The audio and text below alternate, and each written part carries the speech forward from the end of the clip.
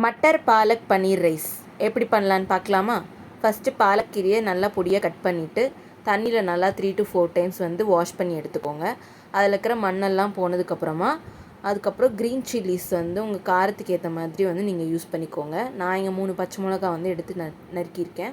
அதுக்கப்புறம் ஒரு வாணலியில் எண்ணெயை விட்டுட்டு பன்னீரை வந்து நல்லா க்யூபாக வந்து கட் பண்ணி எடுத்திருக்கேன். அதையும் நல்லா போட்டு சும்மா லைட்டாக சாட்டே பண்ணி எடுத்துக்கோங்க. ரொம்பலாம் ஃப்ரை பண்ண வேண்டாம், லைட்டாக ஃப்ரை பண்ணிக்கோங்க.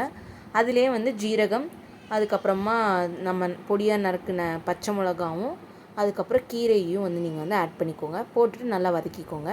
இந்த பன்னீரை தனியாக எடுத்து வச்சுட்டு ஜீரகம், மஞ்சத்தூள், வரமிளகாத்தூள், அப்புறம் வந்து சோம்புத்தூள், அப்புறம் கரம் மசாலா, அப்புறம் பாவ் பாஜி மசாலா, இந்த எல்லா பவுடர் எடுத்துக்கோங்க. கஸ்தூரி மேத்தி, கல்லுப்பு, இது எல்லாத்தையும் எடுத்துக்கோங்க.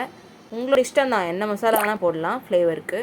அதுக்கப்புறம் பாஸ்மதி ரைஸ் வந்து ஆட் பண்ணிக்கோங்க. ஒரு பாத்திரத்தில் 1 டம்ளர் அரிசிக்கு 1.5 டம்ளர் தண்ணி வந்து விட்டுக்கோங்க. விட்டுட்டு ஒரு 10 நிமிஷம் ஊற வச்சுக்கோங்க. இப்போ வந்து பார்த்திங்கன்னா நல்லா அது வந்து கூல் பண்ண விட்டுட்டேன், நல்லா ஆறிடுச்சு. அது ஒரு மிக்ஸி ஜாரில் போட்டு நம்ம அதை அரைச்சி எடுத்துக்கலாம். இப்போ அடுத்து பார்த்திங்கன்னா ஒரு பேனில் வந்துட்டு, அதாவது குக்கரில் வந்து நெய் ஊற்றி பிரியாணி மசாலா, பட்டாணி, வெங்காயம், அப்புறம் மஞ்சத்தூள், நம்ம என்னெல்லாம் ஸ்பைசஸ் எடுத்துருக்கோமோ அது எல்லாத்தையும் ஆட் பண்ணிக்கோங்க. ஆட் பண்ணி இஞ்சி பூண்டு பேஸ்ட் வந்து ஆட் பண்ணிக்கோங்க. இந்த ஸ்டேஜில் பச்சை வாசனை போனோடனே இந்த அரைச்ச விழுதை வந்து அதில் ஆட் பண்ணிக்கோங்க. பன்னீரையும் ஆட் பண்ணிக்கோங்க. ஆட் பண்ணி நல்லா வந்து கலந்து விட்டு அந்த அரிசி, ஊற வச்ச அரிசி தண்ணியோட மெஷர் பண்ணி வச்சோன்னா அதையும் ஊற்றி நல்லா கலந்து விட்டுட்டு நல்லா வந்து ப்ரெஷர் குக் பண்ணி எடுத்துக்கோங்க. நான் எப்போவுமே வந்து 1 விசில் தான் விடுவேன்.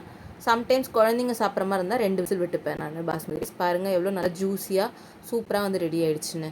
ஸோ இதே மாதிரி நிறையா வீடியோஸ் வரத்துக்கு லைக் பண்ணுங்கள், ஷேர் பண்ணுங்கள், சப்ஸ்கிரைப் பண்ணுங்கள், மறக்காமல் கமெண்ட் பண்ணுங்கள். தேங்க்யூ.